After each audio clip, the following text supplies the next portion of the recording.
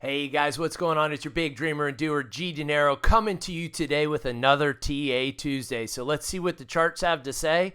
But first, remember, none of this is financial, tax, legal, investment advice. It's your buddy G Dinero helping you increase your financial literacy to put you and your family on that path to financial freedom. So with no further ado, let's jump right in. All right, so we're going to start off with the Bitcoin daily chart, the Bitcoin daily chart right here. And what you'll see is I've got a few things turned on, some linear regression lines, VRVP. We've got some Fibonacci lines, support, resistance. Looks like an absolute mess. Let me help you decipher this real quick. What this shows you is at the point of control where the most number of tokens have exchanged hands in pretty much the last year and 3 months. So in the last 15 months, the vast majority of tokens exchanged hands at around $67,500. That is the floor, the support, let's say, at the very bottom. Up here, you'll note a large number of tokens that exchanged hands at 96,250, somewhere thereabouts. That's going to present resistance on the way back up. So let me use some drawing tools right here. That's going to be resistance. This is super strong support. This is this air gap that we've been talking about right in here, where there's very few tokens that exchanged hands between, let's say, 84,000 here and on the bottom side, 71, 72,000. That area we filled in last week. We started to fill that in over the last couple of weeks, really in April. We've been filling that area in, adding some volume in that wasn't there before. You'll also note that we tagged the very bottom of the long-term linear regression line. That's this one going up here. Here's the top part. Here's the bottom part right there. And so we tagged the very bottom of that. Let me get rid of some of my beautiful writing right here. Let me zoom in. I'm going to go ahead and turn the VRVP off for a moment here. And we'll zoom in and you'll see what I mean. See right there, we wicked down and tagged this red line here and here twice. Right around the same time that we hit the 365-day or 1 year moving average of Bitcoin. It's rare for it to do so. We almost tagged it back here on the 11th of March. We did tag it. We basically found support. We closed on it on a 4-hour candle, opened the next 4-hour candle on it, a couple little wicks below it, but that is very strong support right now, right down here at around $76,000. Could we go below that? Sure, we could go down to the 61.8 fib level. We almost touched it a couple times. That's at $73,500. So that's our support. You'll notice in the short-term linear regression channel, we're basically bouncing on the midpoint of that and back up to the very upper edge of the top part of the linear regression channel, almost to the 200-day moving average. We'll zoom in here on the 4-hour chart. You can see it a little bit more clearly. Here we are again in this short-term linear regression channel, finding support at the midpoint, making our way all the way up. We're actually starting to break out of it a little bit to the upside. First time we've done so really since back in January of 2025, January 19th of this year. You'll note that on the mean reversion, we are mean reverted slightly to the upside right now. RSI is above 50. MACD is also looking a little juicy. So looks like things may take a bit of a breather here, trade sideways for a little bit. You'll note that since last Tuesday, by the way, here's where we tagged the bottom of that long-term linear regression channel that I was talking about. That kept the bull streak alive, in my opinion. Had we broken down and found resistance here at this line instead, that wouldn't have been a good thing. But we did find support here and here. So from a technical analysis standpoint, that's super strong. Threw down a giant green mean reversion dot at the same time, a buy signal, trend flip blue. Everything looking positive for a buy right here, and it is confirmed as we're moving up to the upside and continuing the move to the upside. You will see that we did regain the 50-day moving average right here. We battled with it for a little while. We retested it right here Monday, and now we're starting to take off. Since last Tuesday I said I believe that 61.8 would be the floor, the 61.8% fib level, or $73,500. We bounced even a little bit above that at about $74,500, about $1,000 above it. And since then, made our way up to the 50-day moving average, reclaimed that. Now we're looking to reclaim the 200-day moving average, which is at $87,500. We are near, like I said, the upper part of the short-term linear regression channel. All very good signs and symbols along the way. So that's what I see with Bitcoin. Resistance to the upside, 87,500, then 89,200. And then that $91,500 level, that's pretty strong support. Throw in SOLBTC real quick on the daily chart. We look to have bottomed out. I mean, this is the lowest this level has been since going all the way back to November of 2023. We haven't been as low as we wicked down to this past week on Monday, April 7th. We haven't been that low. So I guess that was a little over a week ago. Since all the way back in November of 2023. So that's the ratio. We did hit a low right there of 0.0012798. That means it takes 0.0012798 Bitcoin for one Solana token. So for one Solana token. So what is that? That's 1,279,000 Satoshis, I think, or it might be 127,000 Satoshis. 1,279,000 Satoshis is what it took you for one Solana back here. Since then, you notice we bottomed. I'll zoom in. We bottomed. We're making our way back up to the 50-day moving average. We are finding resistance right there at this 50-day moving average. We'll then need to work our way back up to the 50% fib level, regain that level, so that's not going to happen super easily. Then we have the 100-day moving average right here at 0.0018, the 200-day moving average at about 0.002, along with the 61.8% fib level at 0.0021 or thereabouts. Those are going to be the resistance levels on the way up. As far as support, next level of support down is all the way down at 0.0011. That's down here at the 23.6% fib level.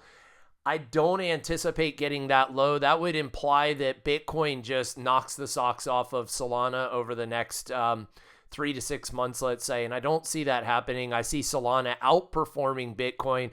Although Bitcoin is the darling right now, it's the one that everybody's talking about. Sovereign wealth funds, countries, states, institutions, as well as treasuries for companies themselves. So Bitcoin's what everybody's talking about, but we do have the Solana ETF on the way. So that should help us regain this $150 level here that you see with Solana. So Solana, now we switched over to a daily chart. We're looking at over the last year or so. This has been the point of control right here at around $150 a token. You can see just how much more volume exchanged hands there than the second most part, which is down here at around 130, and the third most part that's around 170 or so, right? 168 to 170. So those are going to be some levels that we need to keep an eye on. We need to maintain this $130 level right here. That would be solid to maintain that and turn that resistance into support. That would be wonderful. We did bounce pretty much on the 38.2% fib level. We're bouncing back up. Again, need to regain this 150 level, which is the point of control where a lot of tokens have exchanged hands, and break back up above this 50% fib level. So actually, the point of control is at 144 to be exact. So 144 to 152 is that zone that is going to present. So say 145 to 150, that'll present a lot of resistance for us on the way back up. Break out of that, and we've got smooth sailing up till about 165 or so.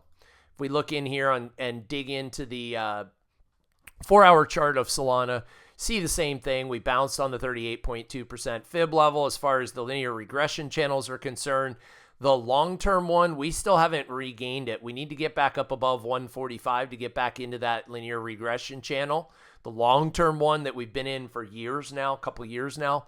So that makes sense, right? That's an area where there's a lot of resistance. We said there's a lot of tokens that have exchanged hands around 145. That's the bottom of the long-term linear regression channel. The top of it's all the way up at 280 now. All the way up at 280. We did visit that when we hit the all-time highs back here in January of this year. So First things first, though, we are breaking out of the short-term channel. You'll see that here a little bit. We're breaking out to the upside. We are printing some significant red mean reversion dots on the mean reversion model, as well as RSI is up very high right now, above 50. We did break out above 70 here recently on Saturday, just recently. We do have a sell signal also, so that's telling us that it looks like Solana may take a breather here at 130 before making its next push up. Support should be if we retest the top of this linear regression channel around 127. Next level down is this 120 range that we've been bouncing off of. Resistances to the upside, 145 to 150, like we talked about. Tesla over the last 3 years, actually 4 years, since 2021, the majority of tokens, the largest number of tokens exchanged hands right around 250. Ironically, right around where we are right now. That's why we're having such a tough time battling through this 250 mark, right? It's the 38.2% fib level, number one. But number two, a lot of tokens have exchanged hands here. So you can see we supported all the way down here at 220. There was a lot of tokens that exchanged hands there. Like you and I have talked about before, the next level down is around 195 to 200, which happens to be a Fibonacci level that we've talked about before. That's that 23.6% fib level. So what you'll note with this is we are right where a lot of volume has taken place. As far as the long-term linear regression channel, we're also kind of sitting in it. Let me get rid of the VRVP right now.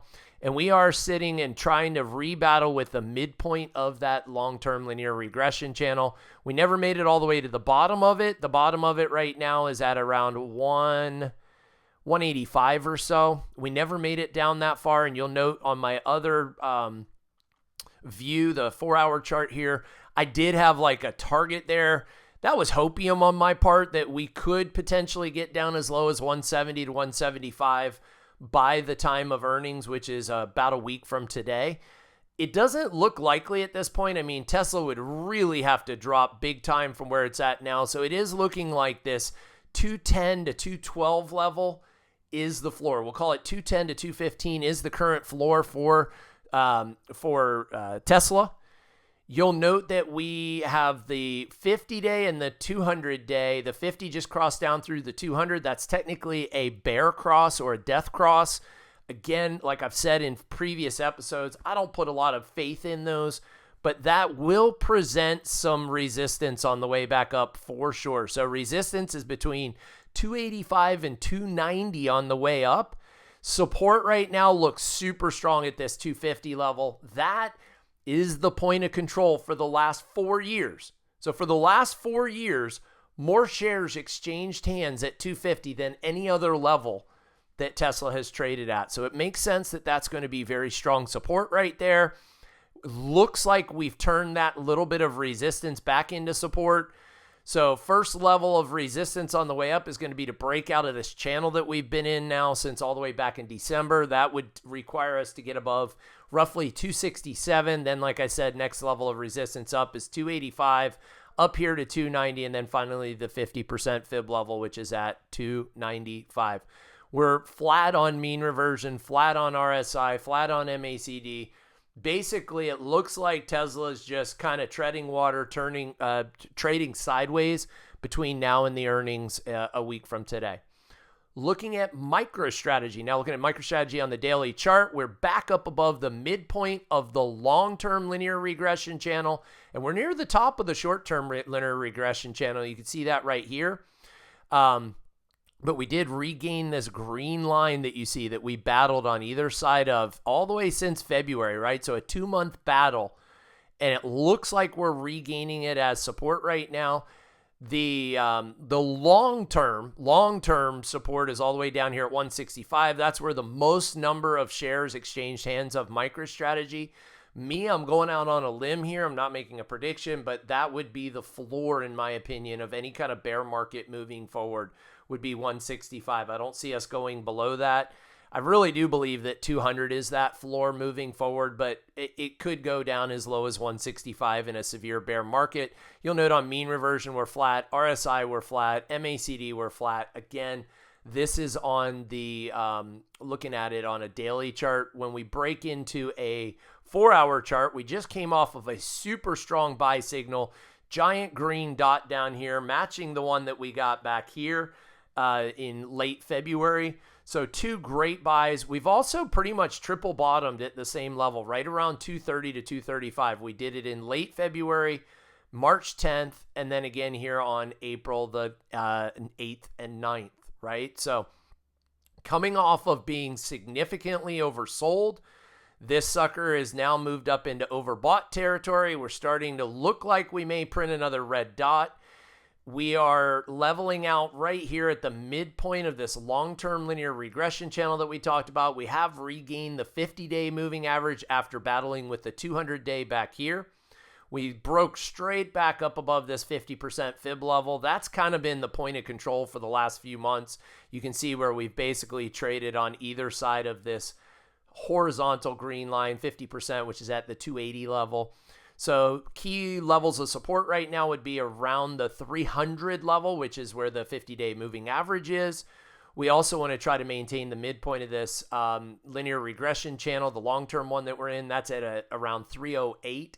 We need to break out through the 325 level, which is the top of this short-term linear regression channel, then battle with, like we've talked about for a month now, the 100-day moving average, which is here at 330, and then that super strong level. There's been a lot of shares. The most recent price action, a lot of shares that have exchanged hands right here at around 340 to 345. That is going to present significant resistance on the way up, just like it did perfectly on March the 25th. We will not just break straight through the 340, 345 level unless there's just crazy news on Bitcoin and or related to MicroStrategy itself.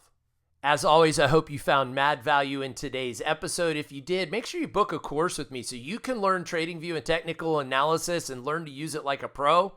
Also, you can book my Understanding Options class where you could learn how to trade options. Use them not only for hedging, but to develop an income strategy for you and your family, or perhaps to grow your bags.